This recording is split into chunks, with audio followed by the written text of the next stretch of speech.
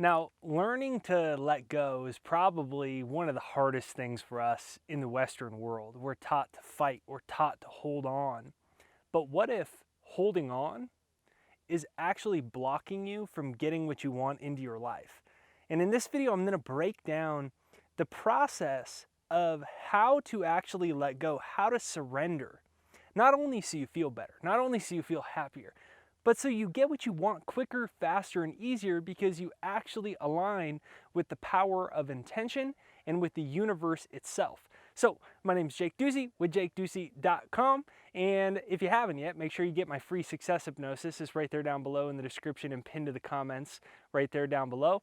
And let's dive right into how to actually let go and surrender so that you can get things that are so amazing you don't even know they were really possible while you were holding on.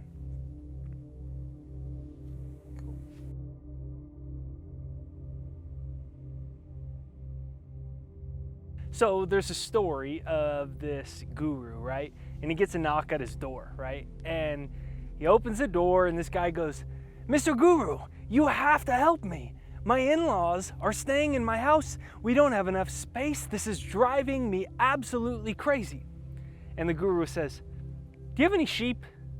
And he says, "Well, yeah, I have two." He says, "Let them in the house." So the man lets the sheep into the house. He comes back and he says, "Mr. Guru, everything is worse. Now my sheep are in the house and they're making a mess." And he says, "Well, do you have any chickens?" He says, "Yeah, I have a whole bunch of chickens." He said, "Let them in the house when you get home." So he lets the chickens in the house. Now all the animals are starting to get into the house. It's turning into a mess. So he goes back to the guru and he says, "It's worse than before. What do I do now?" And he says, "Do you have any llamas?" And he says, "Yeah, I got a couple llamas." He says, "Let the llamas into the house." So he lets the llamas into the house. And he comes back and he says, "Mr. Guru, what do I do now?" And he says, "Well, now you could let them all go." He says, "Okay." So he lets everything back out of the house. Everything's back to normal. Look at how great my house is. And he hardly notices his in-laws are even there anymore. What's the moral of the story? It's kind of like when we let go and we understand that the intention is a physical force in the universe. Intention is the force of the universe that is always not only supplying your life, but giving you everything you need, and it works everything out absolutely perfectly. But we don't really realize it because we're sitting there holding on, trying to figure everything out. And if we can just let go, then we let God in. And guess how good God is? It created the cosmos, it created the galaxy, it created the universe. And this same power becomes available to you in your life.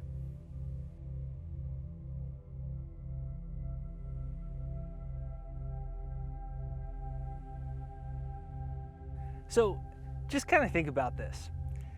There is the seed of fulfillment already within every single one of your desires.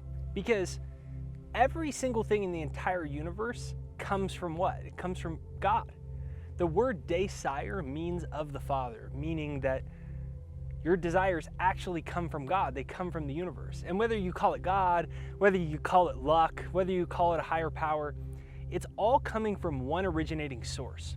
Now, when you put a seed in the ground, you would never go up the next day and look around and go, "Oh my gosh, why hasn't it turned into a tomato yet?"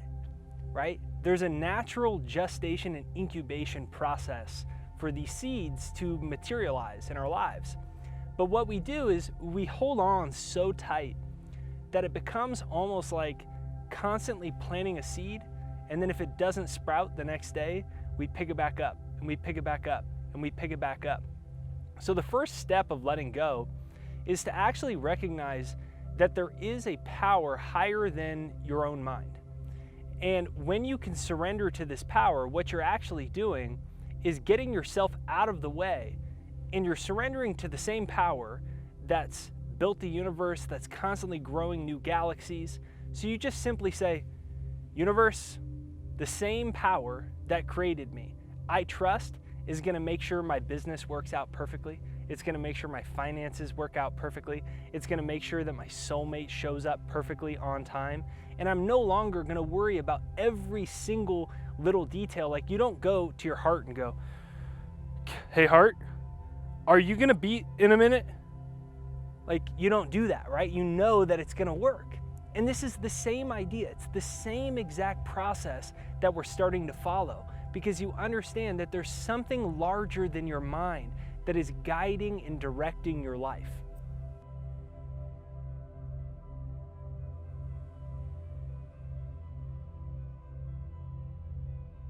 Now, the next thing is to understand that God is love. And when you understand that God is love, you understand that the universe is not here to punish you, which means you don't need to fret about everything, because you know that it's actually going to work out for your highest and for your best good, even though it may not look like it, because God is love. And so what's actually happening is that when you let go, you're moving into that arms of the universe. Like, for example, instead of talking just in theory, when I was 19 years old and I dropped out of college and I said, I'm going to become an author and I'm going to do all these things, I had no idea how it was going to happen. And every single person that I knew said no. All the publishing companies said no. I didn't know how it was going to work out. I had no idea. To be honest, I wasn't even sure if it was going to work out. And so what I did is I just said, here's what I want, universe, and I'm going to show up for it. I don't know how it's going to work out, but I'm trusting that it is true, that we're one with an infinite source. We're spiritual beings in a physical body, that this source is for fuller expansion and constant expression, meaning that our life is supposed to follow this same trajectory. So I basically got to this point where I just said, I'm in your arms. Like Hunter S. Thompson had this funny quote. He used to say, Lord, if you don't take care of me, you're going to have me on your hands. And this is really what it's like to actually let go. It's to know that if you decide to start your business, if you decide to make your painting career seriously, if you decide to make your YouTube channel, first of all, you're not going to stop just because you have a lack of evidence. I always say lack of evidence is not evidence of lack. Just because you can't see it doesn't mean it's not going to happen. So letting go involves detaching yourself from the present outcomes of your life. And when you don't see the results you want, you go, God, look, I said I was going to do this business and it hasn't happened yet. I have no idea how this is going to happen. I'm going to let go of my mind. Be not conformed by the world, but be transformed by the renewing of your mind. So this is basically you saying, I don't know how, but I trust that something will. But what most people do is they get to that point and they trust it for a little while. They stick their toes in. They go, the water's kind of nice here. The water's kind of nice here on the path of freedom. And then they stop. And then they go, well, you know, when I was in 6th grade, this happened and I'm unlovable and my soulmate isn't out there and it's too hard to make money on your own. Everyone says being an entrepreneur is very risky. And my mom says everyone in our family's never made that much money, so we should just be happy with what we have. And then the story goes, right? And you know what your story is, right? It may be different than what I just said, but just think about that story. But letting go is moving to the seat of the soul where you observe those thoughts that are happening that want you to control it, and you just watch them. You don't attach with them. You don't go, wow, that is right, because it's not you. You recognize that every voice in your head is not you. It's like every time we finally get to that place, something good happens. It's not that hard to let go. It's just that we never get to the last step. Most people just go, okay, I'm going back. I'm going back to safety. I'm going back to that job that I'm underpaid at, that I hate, that I'm always afraid my boss is going to fail, that my boss is going to fire me, and I'm always afraid I'm going to fail at it. But at least I know what it is. At least it's safe.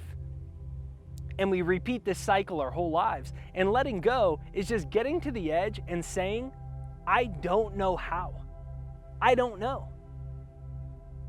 And when you do this, you surrender your mind. And when you surrender your mind, something good happens. For me, it was out of nowhere. All of a sudden I get this gig and this gig happens. And all of a sudden, before I know, I'm 22 years old and I've sold 10,000 copies out of the trunk of my car. I don't know how I did it. I just kept showing up. I didn't stop. And that's all you have to do. Let go of figuring it out. Say, as Hunter S. Thompson used to say, Lord, you're gonna have me on your hands. And understand that there actually is a divine intelligence to the universe. And if you have a desire, whatever your dream is out of your life, whatever you want, that's God speaking to you and through you. Remember, the word Ducey means of the Father. So the process of letting go is realizing you're not doing it alone anyways because God put the desire in you to begin with. Because life is really the universe expressing itself. That's all it is. But then we, at our individual point of awareness, start to think like, I am my body and this is who I am, and look, I'm only this big. And then with that comes a bunch of limitations where we go, my story about why I can't have what I want and all these things, none of it's true. None of it. Your desire was actually God speaking to you, wanting to experience its own creation. And if you just trust that, and you say, I'm going to believe in that, and you don't let your mind dissuade you of it, eventually crazy shit happens. Just out of nowhere. For me, all of a sudden I have a book deal with Penguin Random House at 22 years old. I didn't even know how to write, and the biggest publishing company in the world's paying me to write books. What happened? It certainly wasn't that I'm the best writer in the world. What happened was when I got to the edge, I didn't look back and say, well, crap, I wonder if I can fly. I said, well, I'm at the edge. You better catch me, God. But when most people get to the edge, they go, I don't know where it goes from here. I guess I'll turn back now. And it's just inviting you to keep going.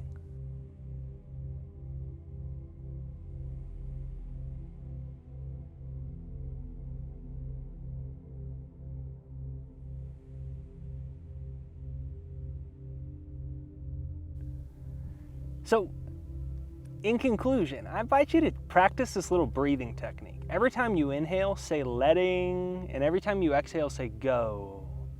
And just draw it out. So you breathe in, letting go. And just make that your mantra. You already know what to do. Like, you watch this video and I give you some info, you already know what to do. You already know who you are. You already know why you're here. You already know the answer. But then just the mind gets in the way. So take a breath and go, letting go. And every time you're doing that, what are you letting go to? You're letting go to the infinite storehouse of everything.